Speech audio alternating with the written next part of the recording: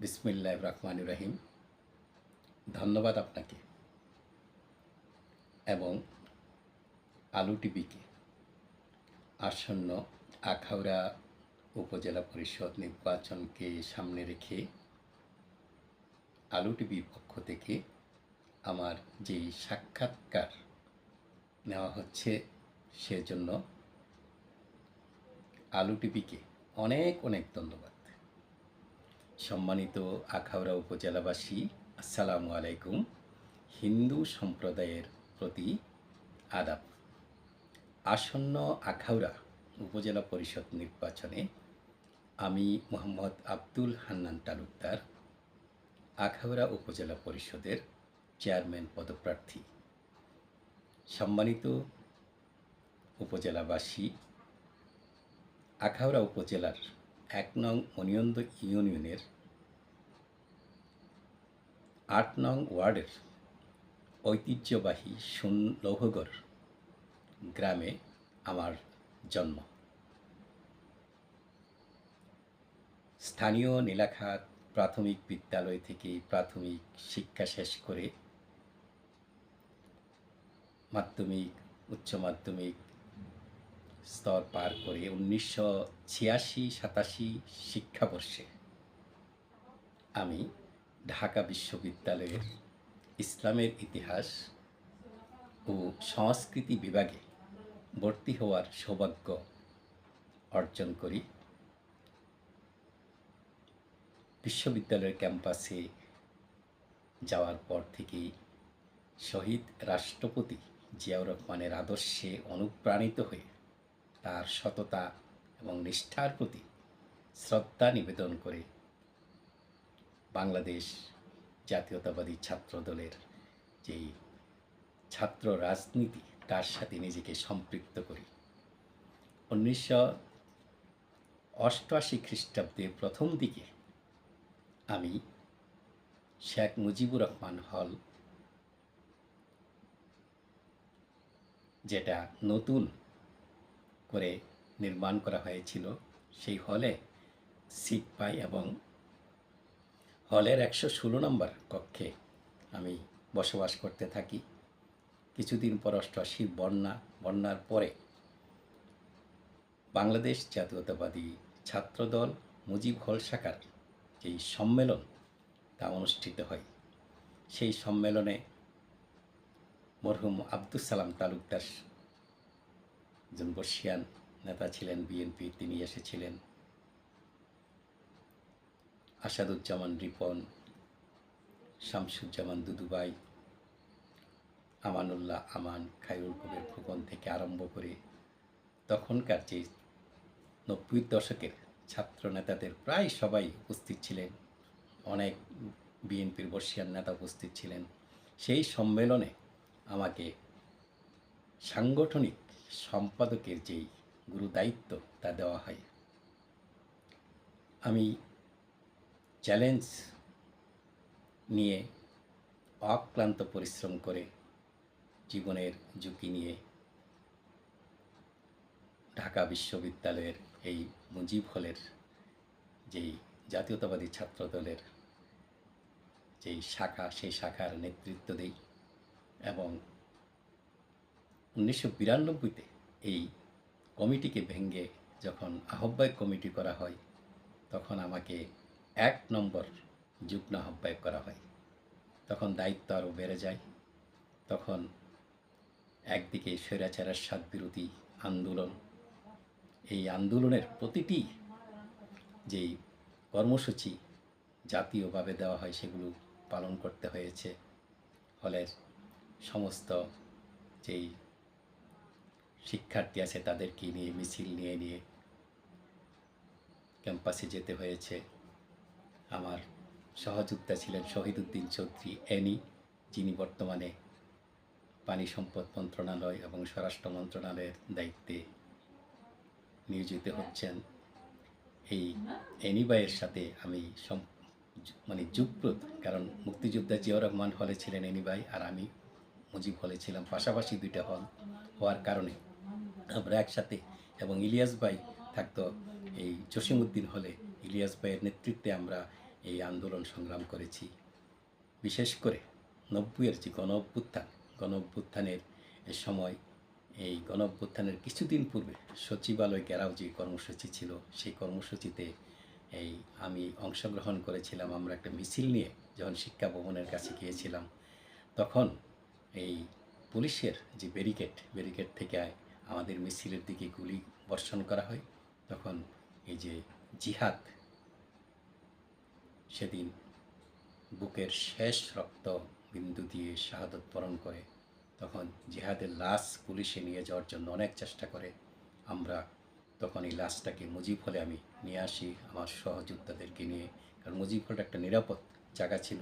এবং বিকেলে আমাদের আপসহীন নেত্রী, দেশনেত্রী বেগম খালেদা জিয়া আমাদের হলে এসেছিলেন এবং তিনি আমাদের উদ্দেশ্যে বলেছিলেন যে তোমরা আন্দোলন তীব্র থেকে তীব্রতর করো, শীঘ্রই আমাদের এই জয় হবে, অর্থাৎ এরশাদ সরকারের স্বৈরাচারের পতন হবে। তখন আমরা আশ্বস্ত হয়েছিলাম যে নিশ্চয়ই আমাদের এই আন্দোলন সফল হবে। তখন আমরা আরও আন্দোলনকে বেগবান করি এবং এর কিছুদিন পর ডাক্তার মিলন যখন শহীদ হয় এবং আরও আন্দোলন বেগবান হয়। তারপর যে এরশাদের যে পেটুয়া বাহিনী ছিল, অবিনিরুদ্ধ চক্র, তাদেরকে আমরা ক্যাম্পাস থেকে বিতাড়িত করি। এর মধ্য দিয়ে এই 90-এর যে গণ অভ্যুত্থান এই সহস্তর হয় এবং এক পর্যায়ে এই এরশাদ সরকারের পতন হয়।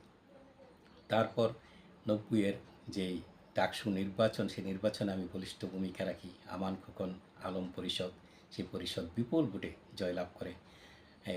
তারপর 91-তে যেই জাতীয় নির্বাচন অনুষ্ঠিত হয়, সেই নির্বাচনে আমাদের এলাকা থেকে প্রার্থী ছিলেন মিয়া আবদুল্লাহ ওয়াজেদ আবদু ভাইকে নিয়ে আমি বিভিন্ন এই খন্দকার মোশাররফ স্যারের বাসায় যাই।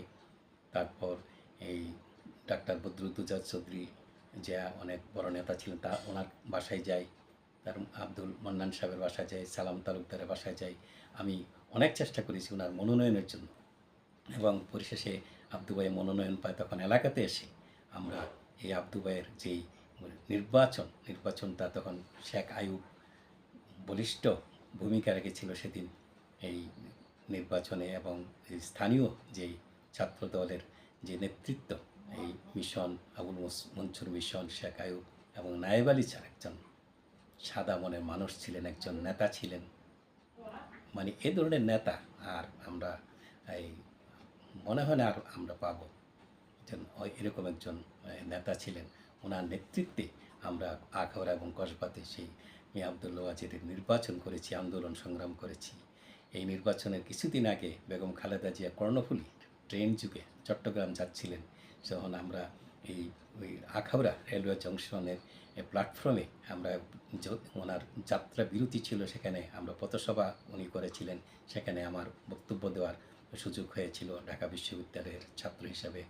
এবং আমার সৌভাগ্য হয়েছিল এই 93-তে যখন এই কসবা ছাত্রদলের সম্মেলন হয়, সেই সম্মেলনে যে গার্লস স্কুলের সম্মেলনটা হয়েছিল, সেখানে এই কর্নেল যে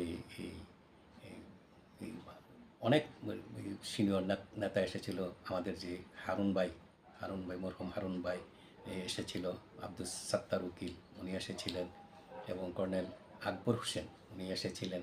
এবং সেই মঞ্চে আমি ঢাকা বিশ্ববিদ্যালয়ের এই পক্ষ থেকে আমি এখানে বিশেষ অতিথি হিসাবে অংশগ্রহণ করেছিলাম এই সম্মেলনে।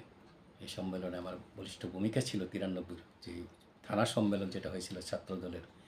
এভাবে প্রতিটা আন্দোলনে সংগ্রামে এলাকাতে এবং ঢাকা বিশ্ববিদ্যালয় ক্যাম্পাসে আমি বলিষ্ঠ ভূমিকা রেখেছি।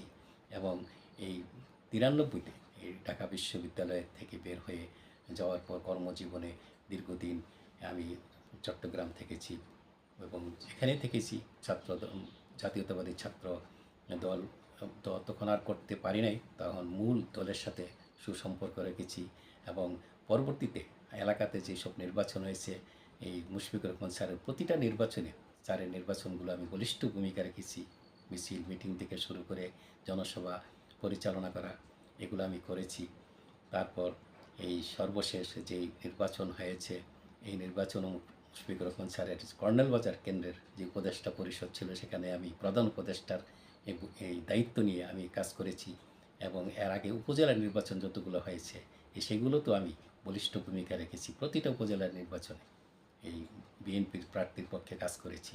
কাজেই এই এলাকাতে কোনো নির্বাচনে আমার অংশগ্রহণ আমার অনুপস্থিত ছিল না। প্রতিটা নির্বাচনে বিএনপির পক্ষে কাজ করেছি এবং ছাত্র জীবনে জাতীয় পর্যায়ের যে আন্দোলন করেছি, যে সহযোদ্ধারা ছিল আজকে সবাই অনেকেই আজকে মহাসচিব যুগ্ম মহাসচিব পর্যায়ে আছেন। হাবিবুন্নবী সোহেল ভাই আমার খুব কাছের লোক ছিল, শহীদুদ্দিন চৌধুরী ইনি আজকে মন্ত্রী হয়েছেন। আমিরুল ইসলাম আলিম এমপি হয়েছেন, আমার হলের ছিল। এবং শফিউল বারী বাবু যে স্বেচ্ছাসেবক দলের যে সভাপতি ছিলেন, তো করোনার সময় ইন্তেকাল করেছেন, ও আমার জুনিয়র আমার হলের ছিল। সৌভাগ্য যে এই বড় বড় নেতারা আজকে যারা কেন্দ্রীয় নেতা তাদের সাথে আমি রাজনীতি করেছি। আজকে এই আমার দীর্ঘদিন থেকে আমার চিন্তা ছিল যে সুযোগ পেলে আল্লাহ পাক কোনো দিন সুযোগ দিলে আখাউড়া উপজেলার এই কাজ করব। আখাউড়া উপজেলাকে নিয়ে আমি অনেক গবেষণা করেছি, লেখালেখি করেছি এবং এর ফলে আমি এই আসন্ন যে আখাউড়া উপজেলা পরিষদের নির্বাচন, আমি আশা করছি নির্বাচনে আমি বলিষ্ঠ ভূমিকা রাখব, অর্থাৎ অংশগ্রহণ করব। আপনাদের যে আন্তরিক এই সহযোগিতা আমি কামনা করছি। আপনারা যদি আমাকে সহযোগিতা করেন তাইলে আমি এই নির্বাচনে যদি জয়লাভ করতে পারি তাহলে আমি কি করব,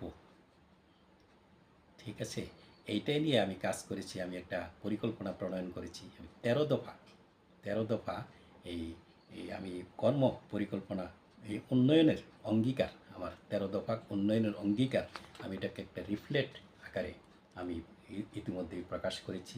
এই এই রিফ্লেটে আমার পরিচয় রয়েছে এবং এই 13 দফা সম্পর্কে বিস্তারিত রয়েছে।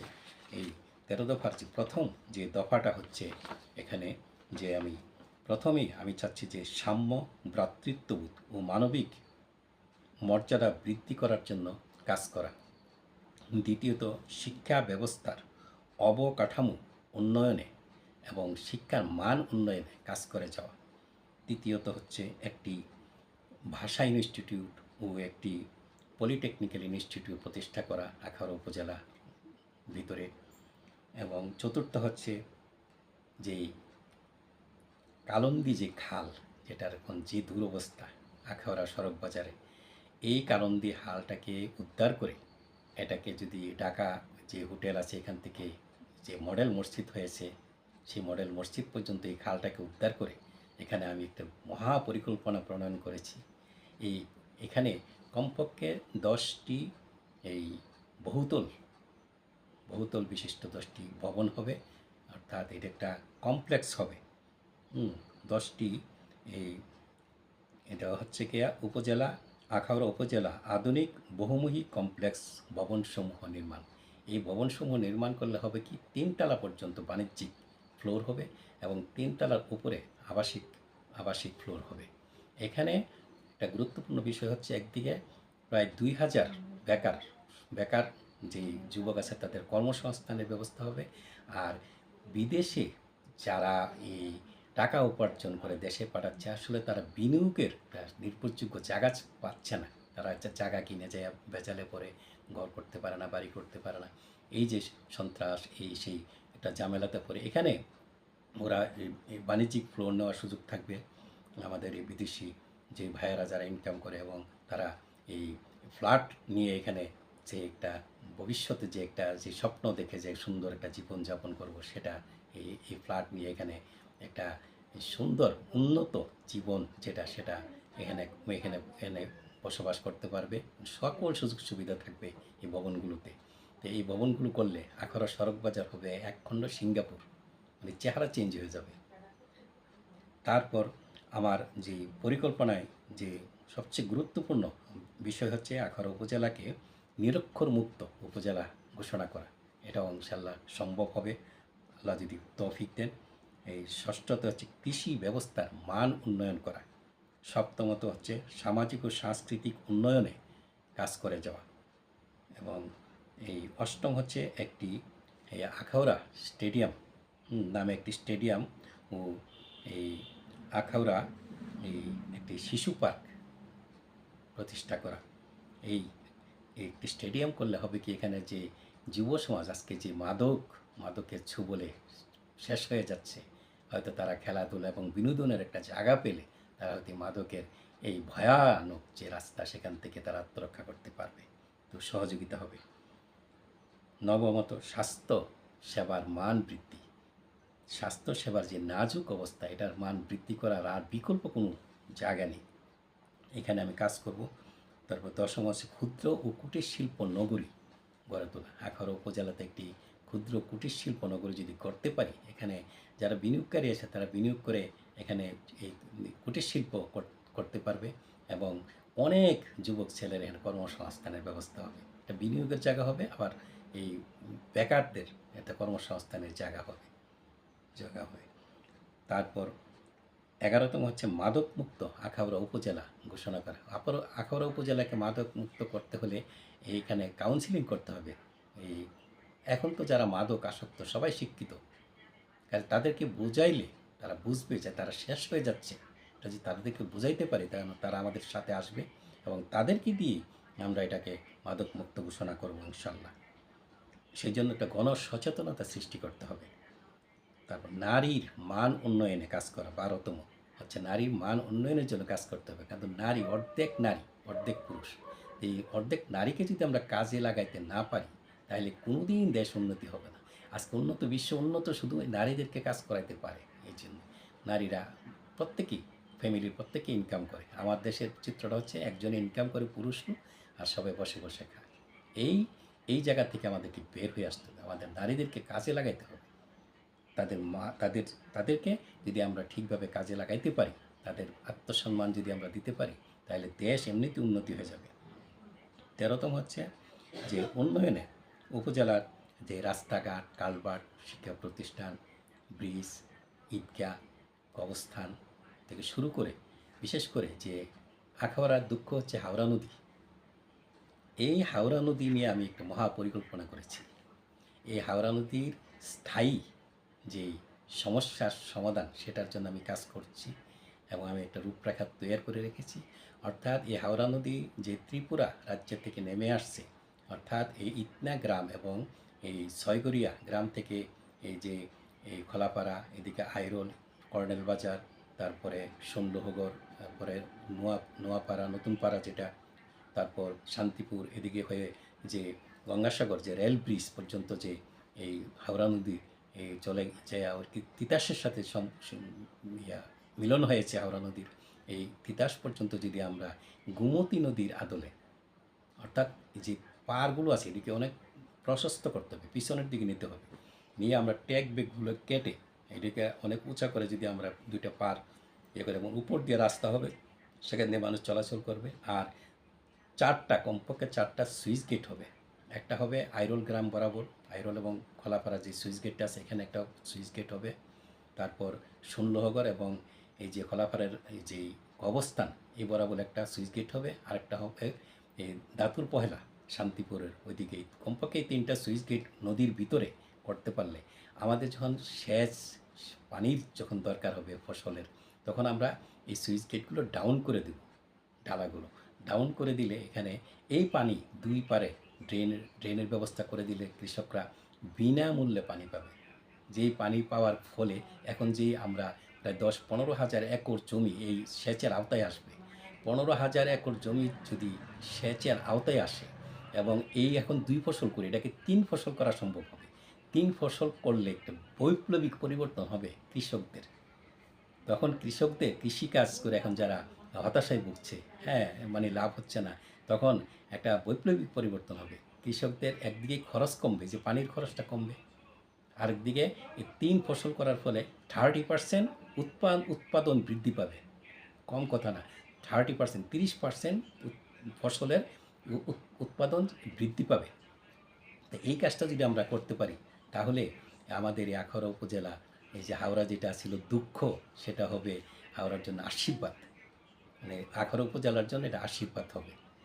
কাজী এই আমার যে পরিকল্পনা এগুলো যদি আমি আপনাদেরকে নিয়ে, এটা তো আমার পক্ষে একা সম্ভব না, এবং যে এমপি মহোদয় যখন যে এমপি মহোদয় থাকবে এবং বর্তমান যে মুশফিকুর রহমান স্যার আছে, এই স্যারকে নিয়ে এবং আমার যে বন্ধুরা আছে সেন্টারে এবং এই সংসদ সদস্য আছে, মন্ত্রণালয় আছে, এদেরকে সাথে যোগাযোগ করে যদি এই কাজগুলো কিছু বড় বড় প্রজেক্টগুলো যদি করতে পারি, তাহলে আখাউড়া উপজেলা সত্যি এটা এই একটা বৈপ্লবিক পরিবর্তন হবে। আখাউড়া উপজেলার চেহারা চেঞ্জ হয়ে যাবে, যে দৃশ্যমান চেঞ্জ, পরিবর্তনটা দৃশ্যমান দেখা যাবে।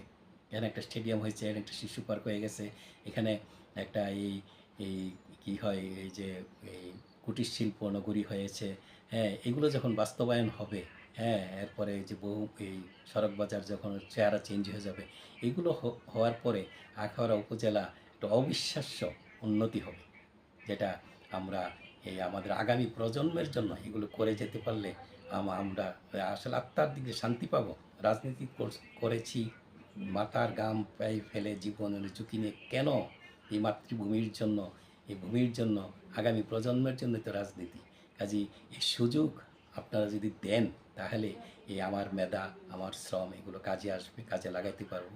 আমি বিনীত অনুরোধ করছি আখাউড়া উপজেলার বাসীর কাছে, আপনারা তো অনেক ভোট দিয়েছেন, অনেক উপজেলা চেয়ারম্যান অতীতে আপনারা এই ভোটের মাধ্যমে বানিয়েছেন, কিন্তু এই আখাউড়া উপজেলার চেহারা কিন্তু পরিবর্তন হয় নাই। তো আমরা আপনার কাছে আমি একটা ভোট, একটা দাবি করছি, একটা ভিক্ষা চাচ্ছি, আপনারা আমাকে একটি ভোট দিয়ে জয়যুক্ত করেন, এবং আমি আখাউড়া উপজেলা পরিষদের চেয়ারম্যান নির্বাচিত হতে পারলে আমার যে স্বপ্ন, এই উপজেলাকে নিয়ে, আপনাদেরকে নিয়ে আমি এই কাজগুলো করবো ইনশাল্লাহ। করার জন্য সর্বাত্মক চেষ্টা করে যাব এই আশা ব্যক্ত করে। এবং আজকে যে আলো টিভি এই আমার এই সাক্ষাৎকারটা নিচ্ছে, আমি আলো টিভিকে অনেক ধন্যবাদ দিচ্ছি, কারণ আলো টিভির মাধ্যমে আমার এই যে কথাগুলো, আমার যে পরিকল্পনা, আমার যে স্বপ্ন, এগুলো আপনাদের সাথে আমি শেয়ার করতে পেরেছি। এই সত্যি আলো টিভির একে অনেক ধন্যবাদ জানাচ্ছি। আমি মনে করি এই আলো টিভির মাধ্যমে আপনাদের কাছে আমার এই মেসেজটা পৌঁছে যাচ্ছে এবং যাবে ইনশাল্লাহ। তো এইটুকু বলে আজকের মতো এখানেই আমার সেই সংক্ষিপ্ত বক্তব্য শেষ করছি। আল্লাহ হাফেজ। বাংলাদেশ জিন্দাবাদ।